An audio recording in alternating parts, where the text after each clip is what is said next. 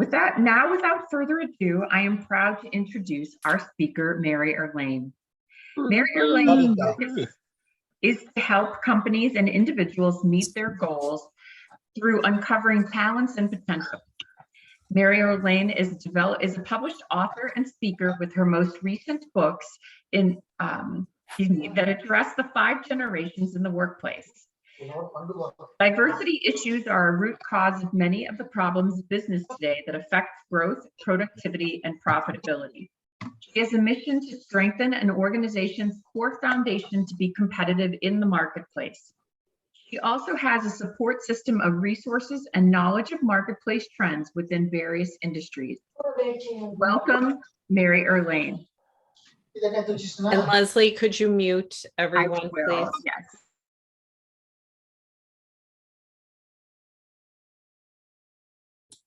All right. Hi, everyone. I think we're all good.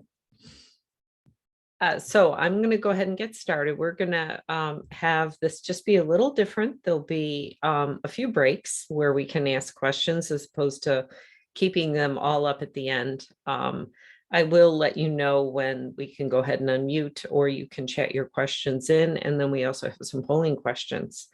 So it is a pleasure to be here. And let's just jump right in.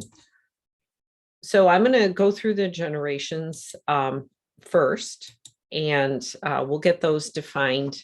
I love to use the images of how people received information during our 5 generations. I hear a lot of talk about 4 generations, but technically there are 5. We may have a blink of an eye of 6, but there are definitely 5 going on right now. Our traditionalists, and this is an image of a probably a mid-50s Chevy and their radio. And when we look at our traditionalists, this is how they received information, as everyone gathered around the radio. Families, you know, and even young boomers, or sorry, older boomers would gather around and listen to information on the radio. So when we look at this particular generation, there are less than 5% when you're looking at their ages, but there is still quite a few people. And the challenge I saw during the pandemic was that folks in this generation really had to balance their health risks and their need to work, because there are some traditionalists that are outliving their retirement, perhaps by their poor planning or just the nature of their retirement with medical bills, or just their ability to save at all. But this particular generation set the foundation in how they viewed work with the Depression. And that image that you see on the screen is actually the bronze of the soup line in the Depression. Not surprising that the Depression created a place of the viewpoint of work being conservative, fiscally prudent, loyal to employers. Now, if people on this call have grandparents or parents, I know these were my folks, and that absolutely formed them. They never knew when the next shoe was going to fall. And this particular group also want to stay in the workplace, and health advances have surely given them the ability to work much longer than generations previous to them.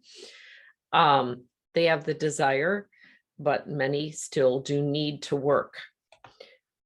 So this is a generation that still has a large group of people in it. And again, from a communication perspective, this is how people received information, is through the channels of a TV set.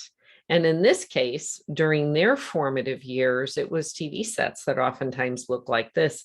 Seriously, this is the almost looked identical to the TV set I grew up with. When we look at this generation, it's rather a large component.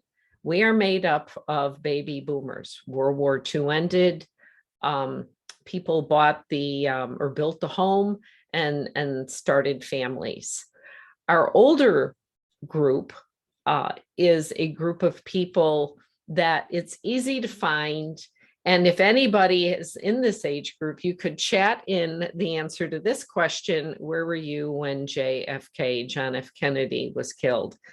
Because in a blink of an eye, they know and can put themselves right back into what typically could have been that desk chair in so-and-so's class in whatever school.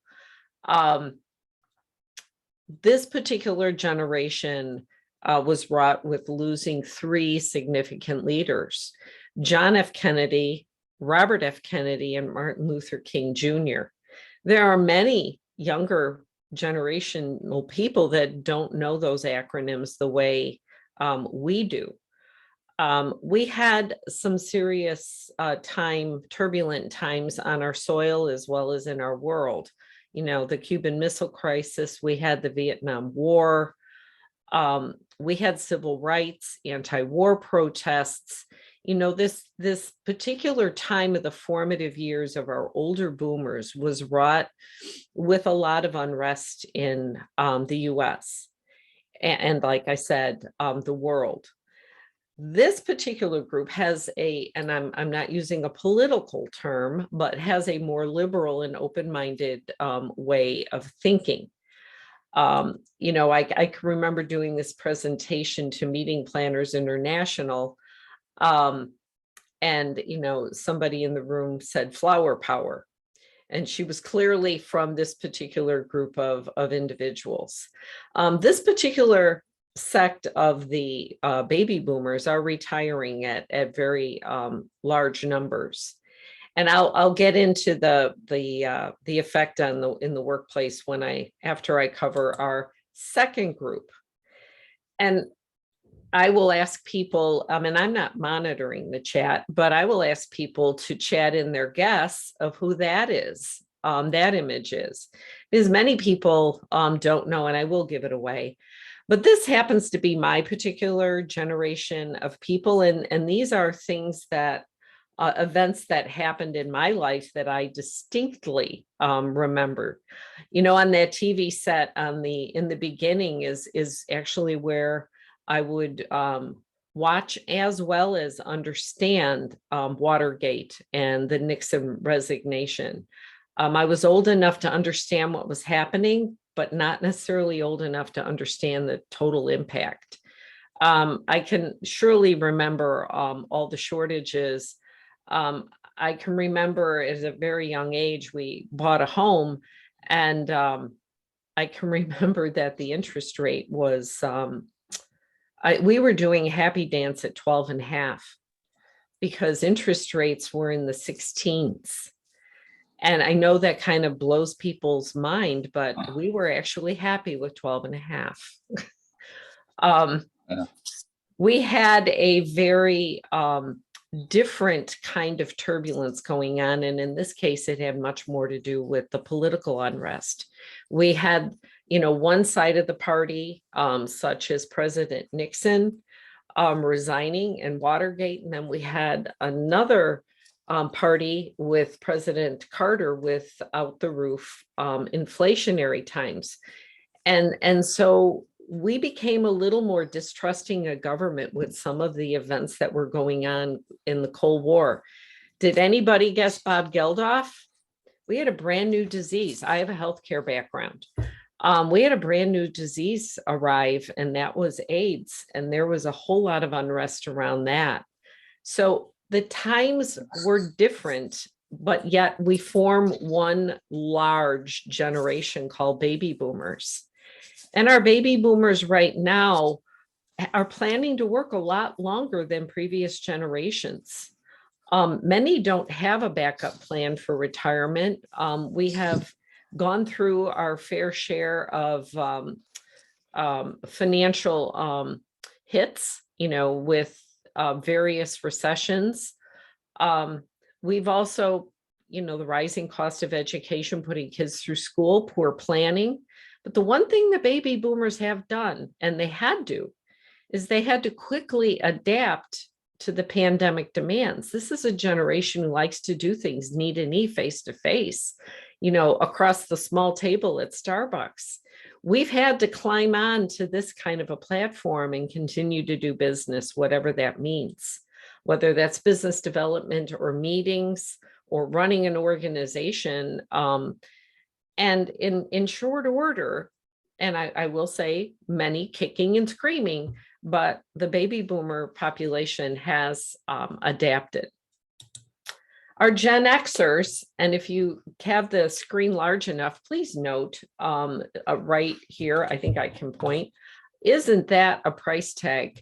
I owned a 386 computer, and I know I didn't pay that for it. The screen was probably smaller than most iPads and weighed about 100 times more.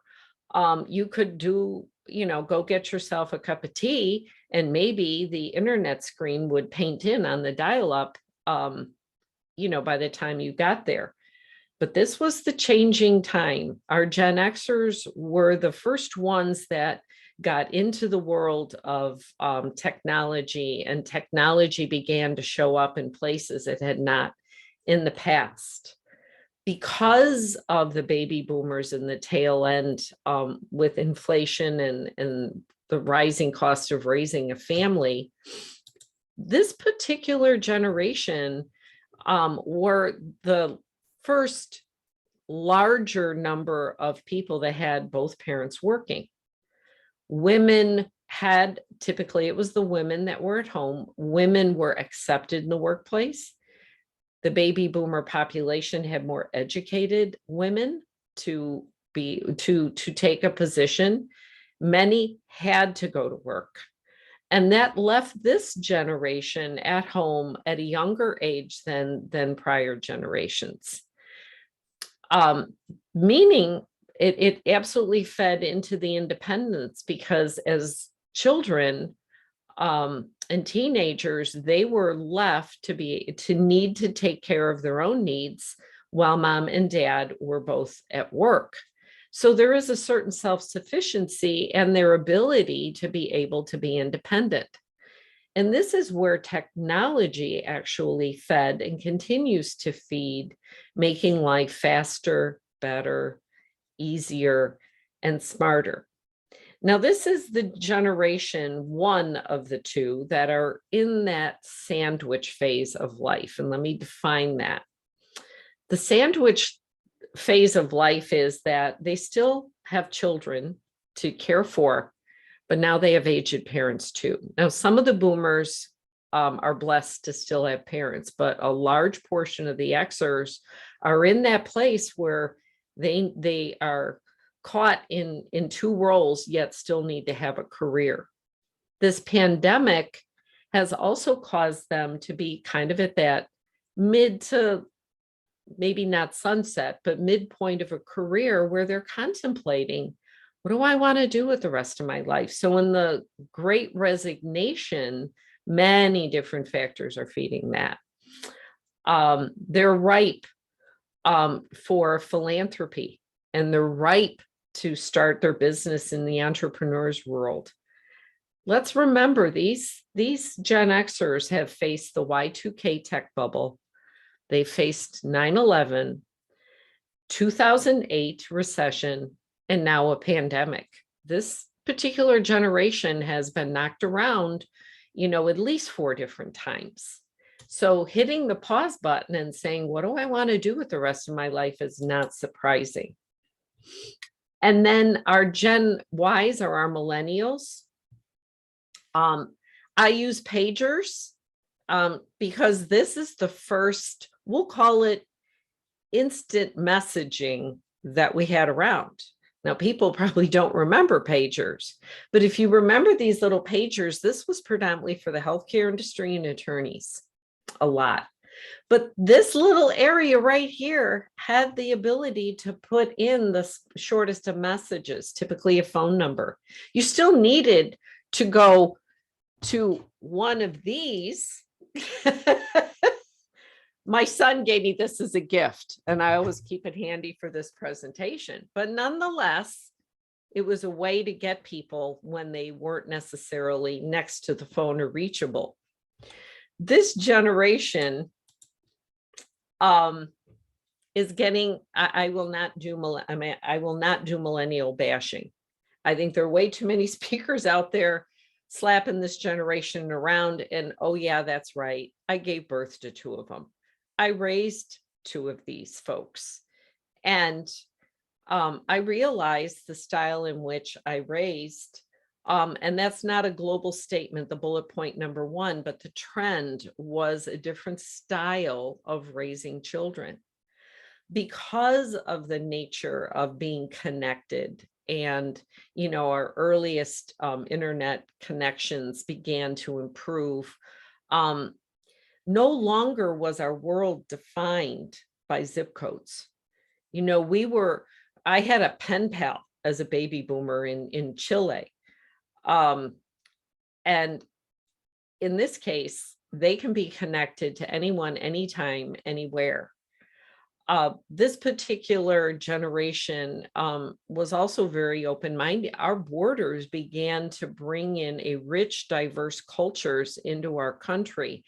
So our classrooms and the places they were educated began to bring in a whole different groups of individuals, and they embraced that. And these guys require work-life balance. These guys have seen 9/11, 2008 and 9, and now, but they've also seen in the recession. My kids were old enough to remember when my husband and my father were both laid off. And so when we talk about loyalty to companies, they've had that direct impact to their families. They also need companies to have more of a cause nature. They're very cause driven. They're also entering those sandwich years as well, where they have families, but then their parents are beginning to age.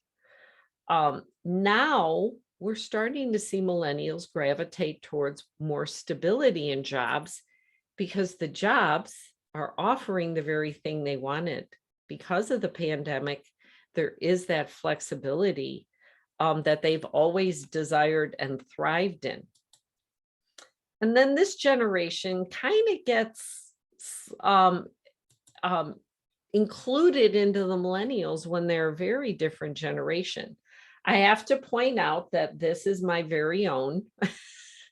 And he is the perfect example of why, when I get to don't stereotype, but the world moves very, very quickly for our Gen Zs. They process at lightning speed. They've always had technology in their hand to be able to support that. Social media has driven and redefined what privacy means. They're far more open books. If you want to make them read a white paper, probably better to have them listen to a podcast, because everything in their life has been short spurts. When you're looking at social media and text messaging and so on, you even just look at videos, keep getting shorter and shorter. And they have been raised by groups of people, not just parents, but even the education system supports this, where there is a constant ability to be connected. The pandemic at the earliest has happened for them at the earliest parts of them entering the workplace. And this concept of online, they may have been doing for a while, since we have had college online for many, many years. So face-to-face sometimes can be a challenge, but we can learn everything. So now we arrive to that one midpoint, and I'm going to open the polls, and I want you, I didn't say by birth. What do you identify with? Not necessarily the one you were born in, but the one that you function in, because we can evolve. So I'm going to open the poll right now. And is it open? Yes.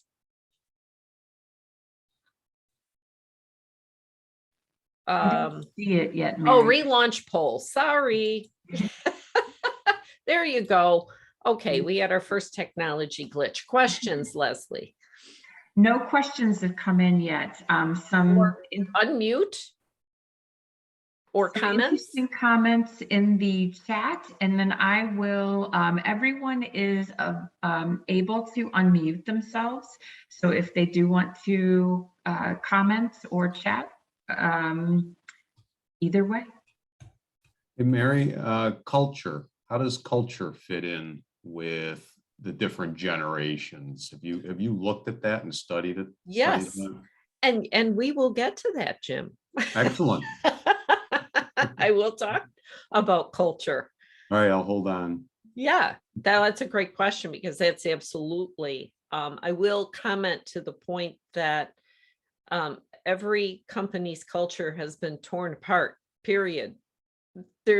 You may get the folks that look like this or you or me or Leslie back, but they're changed. There's an evolution. And so we will talk a bit more about that and what is it that you can do. Anyone else? We do have a question. Yes, ma'am. Which generations do you see having the hardest time collaborating? I think in the past, it might have been baby boomer and millennial. In that there's a lot of parent-child stuff that goes on in that. The awkwardness can happen when the millennial or any younger person is in a role leading any older person, and the whole dynamic, we tend to bring that dynamic in, and we begin to talk to each other in a parent-child, child-parent situation as opposed to two peers. I had this where I had two project managers. I did a presentation, and for the life of me, I can't think of the name of the company, but the older project manager who was a peer with another project manager who was younger was like, well, why can't she just come to my office with all kind of tone and attitude? And I'm like, let me help me understand your peers. I said, it wasn't a boss, employee situation. And I said, all right, do you have situations that are very urgent? And do you have situations that perhaps you're acting proactively? And she said, yes. And I said, well, the time it takes to run to, it's a very huge company, to your office is time lost. Would that be possible to maybe discuss on the phone or in your inter chat features or whatnot, but things that you're proactive about, maybe the two of you could get together. And she sat in that moment feeling very convicted and realizing that the project manager who was younger and trying to use technology and use the systems that the company provided was bringing efficiency to problem solving. So, you can get those kind of dynamics. Emotional intelligence is another area. And if you don't have emotional intelligence at high emotional intelligence happening in any conversation, it doesn't even really matter what the age is, but that can really send conversations and situations off the rails. So there is that component as well. Anything else? Yes, another question. Millennials are seen as the generation who are most optimistic for the future. Do you think that young people were very optimistic in the early 60s with President Kennedy and advances in medicine and civil rights? I think there were leaders that were encouraging, and I don't remember, I'm not that old to remember the civil rights, but I do remember the voices were very loud. In this case, what has lent itself to the current situation is the ease in communication. Simon Sinek shares that 250,000 people showed up to Martin Luther King for they called it the Million Man March. And he said there was no internet. There was no, social media. There was no, it was true word of mouth and optimism that created that those people to join. Today, it actually supports, technology can support hearing voices louder because it can multiply and go viral in the blink of an eye. So different times, but yes, I would say optimism, but I think word of mouth was even stronger back in the 60s and 70s. Shall I continue? The polling is, I'm going to end the poll so we can continue forward. And then I will share results. Everyone can see that? I can see it. Okay. So we have predominantly the sandwich generation right now, our Gen X's. All right, let's move on. Now, our generations have different values, ideas, ways of getting things done, and ways of communicating. Now, when I talk of values are those words that you're going to hear, like integrity, honesty, hard work, commitment. Those, what a value is to you is that for me, if you are dishonest with me, it's almost like you taking the heel of your shoe and stepping on my big toe and then putting weight on it. It's going to cause me to react and push you away. Our core values we define those individually. Now, generations may have generational meanings of values, but let me challenge you. Many of you have siblings, and do each one of you have exactly the same values? Of course not. But you were raised in the same house during similar times, unless there's very wide age gaps. There still is an individuality amongst our generation. So you may land in a generation by birth. You may identify with a generation from that polling question, but don't lose track of the fact that you are an individual. And the way you define your values is very individual. The way you think an idea, have ideas. It's in a brainstorming session, and that comes up and you're brainstorming a solution or a project or an idea or a new product. Not everybody around the table comes up with the same idea. Again, there's an individuality to this. And the ways of getting things done, and I swear I'm going to do this when we can get back live in large numbers, is if I gave everybody the same bag of Lego trucks and with the instructions and said, okay, here you have to build this little Lego truck. And I just sat and watched, I would be hard pressed to find people doing it the exact same way. We all have our own unique ways of getting things done. There are some that need to do things very linear. There are some that can have plates spinning all along the way and they just kind of manage it along. There are some that can jump around. Point is, we're all very unique. There's some of us that use pen to paper. There are some that will pick up a piece of technology. And then different ways of communicating. And I will get into those. I'll get into communication in a little bit. At the end of the day, we have two choices.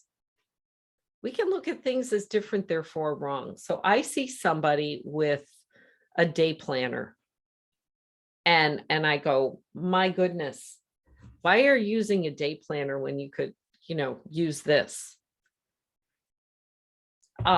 As opposed to not wrong, just different. Not wrong, just different has me asking the question, how is using an actual paper day planner helpful? And seeking to understand.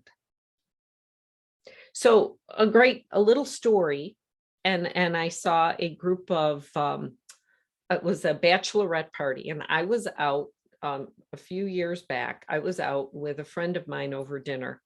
And this bachelorette party came in and sat down. It was like a 2-level restaurant, so they sat right below us.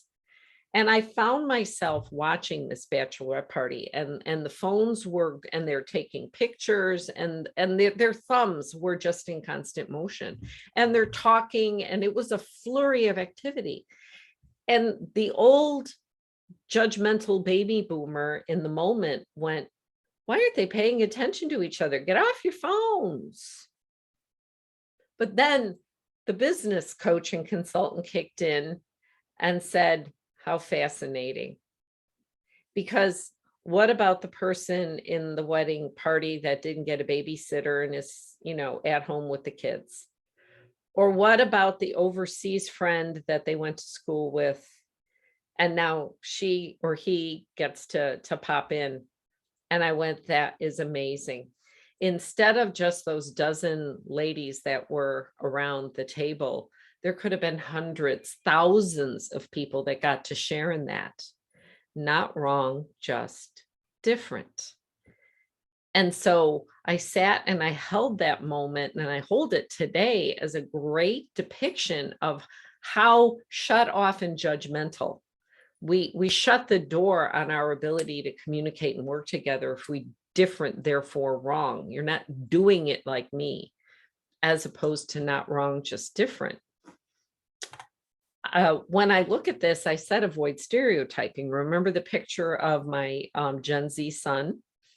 My Gen Z son is summa cum laude, and also did time at Oxford University in England.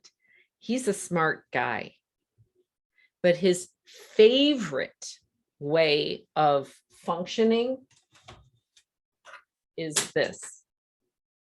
He is Mr. Post-it note. He has the Post-it note jungle around his computer. And I go, honey, they have this thing called OneNote, Trello. No, this is fine. He loves paper and pencil. And I'm like, who are you? You're in your 30s. You should be like telling me all the apps. Don't stereotype. Don't see somebody who may look like a baby boomer and think, yeah, you know what? I'm going to give Mary a call. Please don't call me. Text me. Instant message me. Don't catch me on social media. I'm not, we all have that ability to evolve.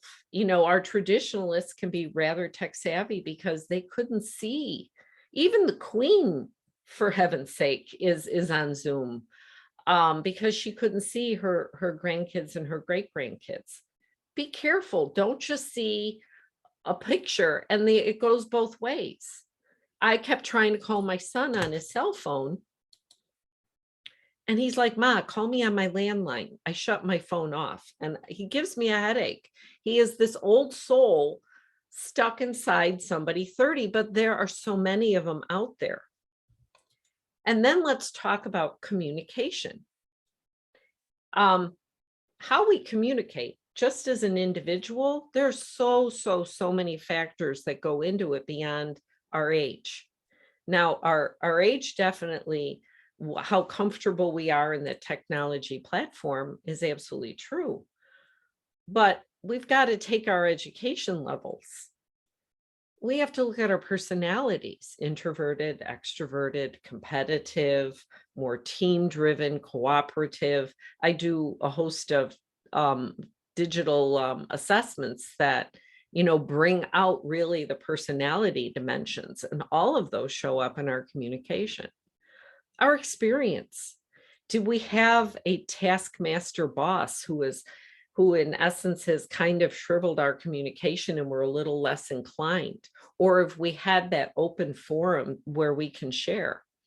And then even something as simple as our family dynamics, when it's been perhaps a very long time since we lived at that home address, where we grew up, but our family dynamics do still play a little bit of a role in it. That firstborn, that middle child, even who our parents were. And then one more thing that's not on there is our emotional intelligence shows up. Our own self-awareness, regulation, and our own internal motivation, married up with our ability to be empathic and married up against social skills. So communication, I'm a business coaching consultant. That's all I do is talk around communication. Now, I promised I would get to culture. There it is. When we talk about culture, it's how we do things. It's formed over time and it's driven by people. That's culture. So there are, according to Harvard Business Review, there's 8 different cultures. And as far as how the generations, again, that's a bit more individualistic, because I have done culture surveys and do them inside of organizations. And you could have a need, and this is something companies or teams can do. I've done this with teams, is if you have a leader who has more of an order-based culture, structure, rule following, that may not work so much with the younger generation. That may be more driven. You'll see a bit more of order driven in like our armed forces. But there's the Google culture, which young people, as well as older people, but young people definitely thrived in, where it was employee engagement. There was an element of fun. There was high morale. Morale was the goal, where in an order-based culture, it's more outcomes. In the purpose-based culture, you'll find those in nonprofits. It's a greater good. Or a caring-based culture, you'll find those in nonprofits that oftentimes deal with children or a particular illness. So there are 8 different. You can go out and see the wonderful article. It's available, and there's definitely many blogs from that one. But culture has been torn apart, like I said to Jim earlier. It's time to rebuild. It will rebuild itself. And you have the power to even modify the culture within a team. There are great culture quizzes out there, and it might be a great exercise to do with a team. When we look at strategy, the strategy that you had in February of 2020 went out the window in March of 2020. And the day of the shutdown was my husband's and my 40th wedding anniversary. So I'll kind of remember that day. But strategy, how we do strategy used to be a long 6-month process. Again, short spurts for younger generations. Somebody like Lencioni created a strategic planning model that's 6 questions. So what will work for you? I'm not going to, technology has been covered in this conference, and I don't want to step on the experts' toes, but how can technology truly foster? Because what one company is doing may not suit another. What one team may be doing may not suit another. And how can you lean in to use technology to augment productivity and truly focus on organizational success? Security. Security is a word that means many things to many people. Like I said, the folks that came back to work may look like this, but they have been affected. And the concept of security is as unique as our thumbprints. And it might be something to get a conversation going around. And what is it that folks truly need? You may not be able to meet them at every single one of their points, but here's one factor that's not being spoken about in the Great Resignation, and that is a lot of people are leaving because they don't feel heard. So if you can create a feedback loop on any one of these topics on this page, you can take one step in being able to retain talent. and processes and procedures, and staff and client management. Long-winded 2-3 hour Zoom session meetings are painful. How is it that you can employ huddles, have different kinds of meetings like a feedback meeting, a performance meeting, a brainstorming meeting, an accountability meeting? How can you get on and get off more quickly? Because Zoom fatigue eventually does affect accountability. So therein lies, there's no one size fits all. That's what I do, is help build these. But we're going to get to our next polling question. Let me see if I know how I can do this. Polling question. Oh, isn't that great? That one's not loaded. All right, we'll load one. Sorry about that. I thought. No, that's okay. No okay. worries. I So think we'll I may launch have this labeled one. it Why something not? else. Which type of recognition motivates you the most? This will be interesting because we just got done talking about differences. So questions. So a question that came in a little bit as part of the last session or unmuting, but I think it's still relevant here. Since culture is created and sustained through conversation, do you think culture is more fluid with Gen Z because of their communication style and relatively easier time with rapid change? Okay, I am sorry. I had a drag racer fly by. So can you repeat that question? I am so sorry. It was like the best part of the question I missed. No problem. Do you think culture is more fluid with Gen Z because of their communication style and relatively easier time with rapid change? Fluid. Culture is in an organization. So it may be fluid if it's an organization that is made up of Gen Zs, but a culture is truly from the owner down the org chart in an organization. So at the end of the day, like I said, it's how we do things. It's in essence, when you think of the culture, you think of Google. Google built what seemingly was a fluid culture because it was driven by enjoyment. It still was an enjoyment culture. Things just began to move. It did not go from an enjoyment culture to a caring culture, to a purpose-driven culture, to an authoritative culture. So it felt fluid, but it was defined. So there's and I can send that to you, Leslie. There is a wonderful image that plots out the 8 different types of culture. I can snatch it off of HBR's thing so that maybe that can be thrown into the presentation at the end, and we can share that so people have an image of really how cultures are defined. Other questions? Very interesting results. Go ahead. Nothing else in chat right now, so I will see if folks want to unmute. All right, so that's right. I'm the only one that gets to see the poll results. I was like, you guys were seeing them live. Look at this. It is split. It is fairly evenly split between the top 3, the 1, 3, and 5. Interesting, there is a good number of people that are money motivated. Time off, but title and recognition, compensation, and flexibility. But at the end of the day, flexibility does come into second.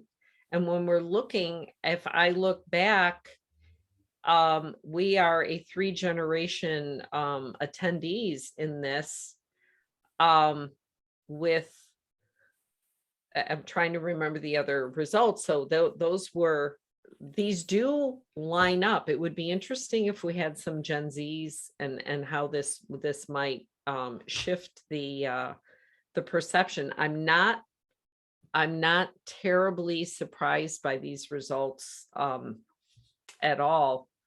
The flexibility thing, if I guess I wish I could poll again, but I wonder how many people are surprised by this not being farther over here with the pandemic. I'm slightly surprised this is not higher.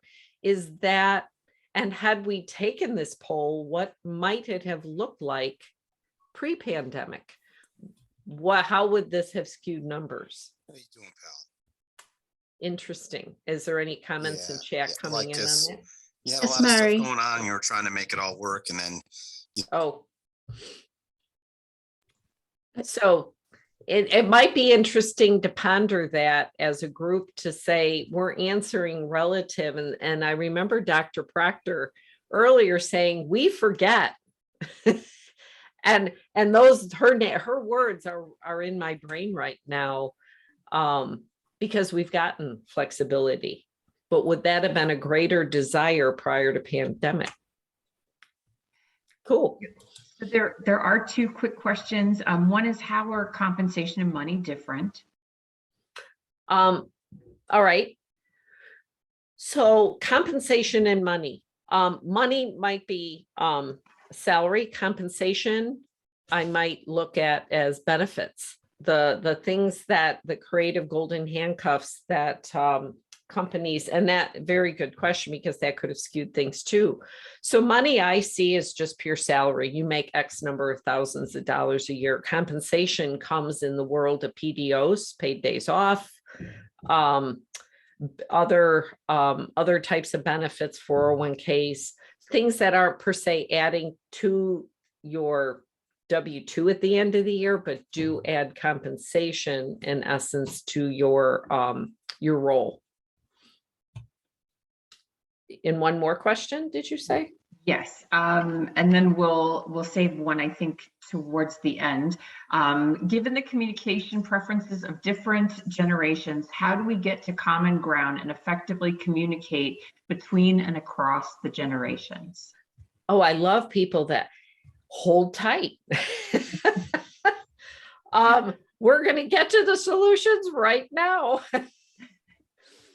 So thank you for that. It was like a segue. It was like an introduction. Build bridges. So things that we need to do, and clearly communicate the changes that are going on in the workplace. There are some people that can kind of roll with the punches as things change, and then there are those people that, there are some people that just rolled right into March of 2020 and into April and May and just slid right in, because change is per se not as threatening. And then there are those people that need that time and space. It's just how we're wired in our personalities. So you know what? It's always better to give time and clearly communicate the changes and give people time to be able to adapt. If I had a moment, I would share I had some change management work, and the graph of how people come through the concept of change. There are people that can just slide right through it. And then there are several places that people can stall. So transparent and frequent communication can alleviate anxiety about getting people to focus on their work. We need to treat people as individuals. So again, just because somebody might look a certain age or fit a certain generation, again, be careful stereotyping, because how people, especially now, how people have adapted have been remarkable in many instances. I said I am not a prophet, but in my book, I literally said in 2020, business is going to look very different. Never in my wildest dreams did I think it was going to happen in a blink of an eye, or at least that felt that way. But that I was encouraging people back in 13 and 14 to begin this progression of changing the way we did business. Many companies got it like an icy bucket of cold water. So offering those flexible work arrangements that can support work-life balance, but yet at the same time, rebuilding a culture to be able to embrace that. Um, and then, approaching people with humility and the curiosity. That's the not wrong, just different. Show me. How does it help you? Be inquisitive and interested, and maybe, just maybe, I could possibly take something that someone else is doing and apply it to myself and make myself better. Other ways are offering the health and welfare type benefits that promote physical. What I mean is the personal welfare benefits that actually promote the health and well-being of people. And there are many, many creative things that you can do that don't necessarily have to be on the company's dime, but there are, I know insurance companies have they're promoting proactive healthcare. And there are a number of programs. There are a number, back to that compensation, there's a number of things companies can do, even if it's just teaching about retirement, being better prepared. There's a huge time horizon for our Gen Zs and a shorter one for our millennials to not make the mistakes of what the baby boomers and our traditionalists have made.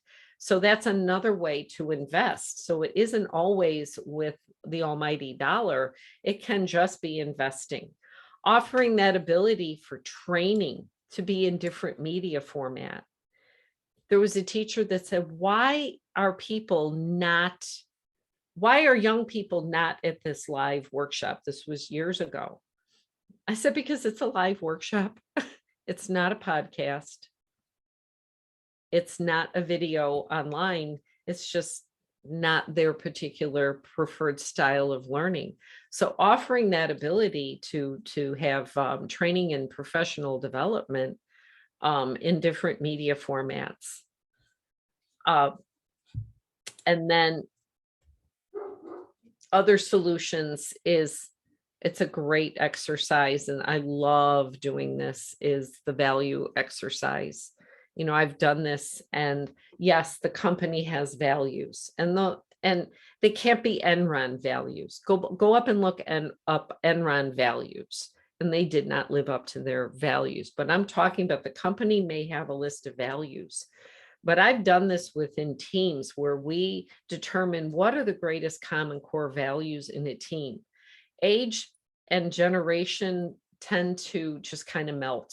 And what we do is we become a common group of people. And once those are declared and they become our operating values, it's a great place to be able to build teams.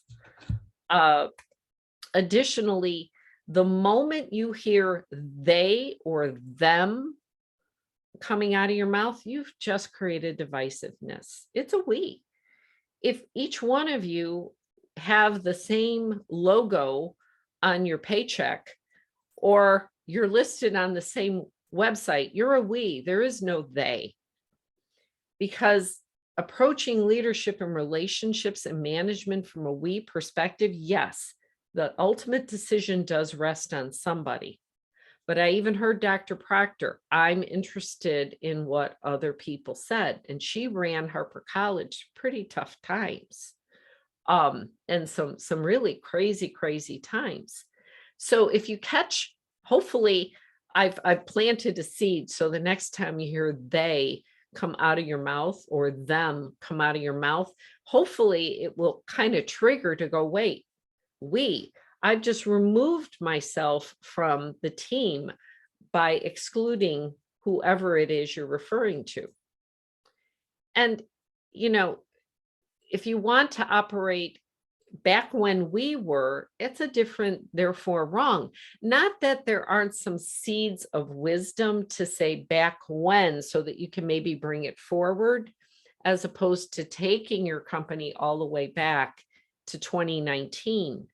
2019 was a great year, but there's so many opportunities in 20 and 21 and going forward. We can use 2019 and before kind of like our corded phones, But in reality, the corded phone exists in that. Do we really want to go back to using the corded phone, or do we maybe want to make this better? Which is the not wrong, just different approach? So Mary, just doing a quick time check. We have Oh, 4 minutes well, I left. have 2 slides. Okay. And well, and I'll run through the last few, but the work ethic. We personalize this and we make it like, if we look in Webster's dictionary, or that our definition of work ethic is work ethic. No, it's just the value of work to an individual. Be careful of over personalizing it and using it a bar to judge other people. Because baby boomers work to live historically. And other generations, Gen Xers and beyond, no, I'm sorry, I said that wrong. Live to work. Work was their life. The other generations that are beyond that work to live, meaning work supports a lifestyle. Very, very different. And this is where you can really have a rub. Just remember, what's the value of work to you may not be somebody else. And then, okay. Yes, there we go. Launch it. All right. Your motivation to succeed. Be honest. What is your motivation? Is it the organization, your individual goals? What is it you have an eye on? Let me just, and then we'll wrap up with a question. Let me, because you've got the poll up. No, I can't do it. So our next generation. Okay, are we almost all in? Because I want to be careful on time. Vote, vote, vote. Do I have a quick question I can answer? How does one assess culture of a company before they join a company? The questions you ask at the interview when they say, and what questions do we have of you? Insert name here. Go to that, though, get that. If you really are a learning-based company, confirm that is a learning opportunity for you, or if you need that structure in that order. Learn to ask the behavioral questions. And here's my favorite question if you're interviewing. Leslie, how long have you been with the company? Leslie's been here for 12 years. What keeps you staying here, Leslie? What keeps you coming back to work? Best, I do hiring for companies, bar none, best question ever, because it's one that Leslie will never be used to hearing. We can ask questions, share results, and then I think I can switch. No, I can't. Interesting. It's pretty split.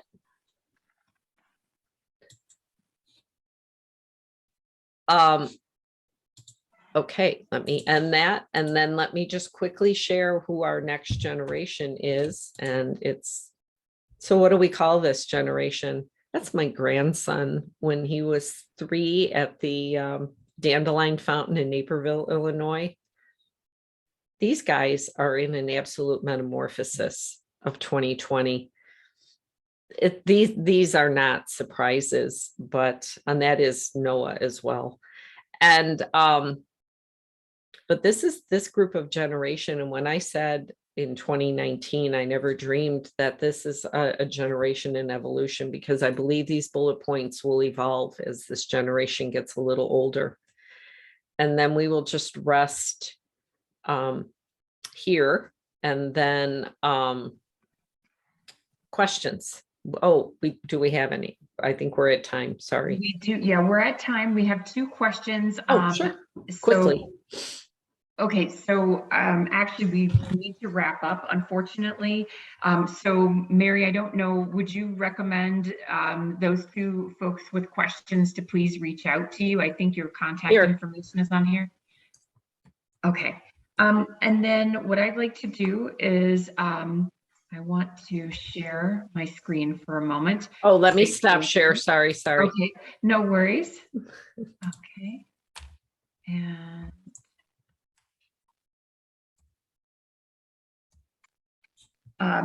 So one quick thing, I'd like to take this opportunity to thank you, our talented, insightful presenter, Mary Erlane. As a token of appreciation, the chapter would like to present this certificate to you, and it will be emailed after the event. So thank you very much. And thank you for your presentation. It was very insightful. Thank We you. learned a lot about what makes each generation unique, how the pandemic has influenced the generations, and the ways to capitalize on the differences to empower a workforce. I have just a couple of things. I'm going to go ahead and stop the recording now as the rest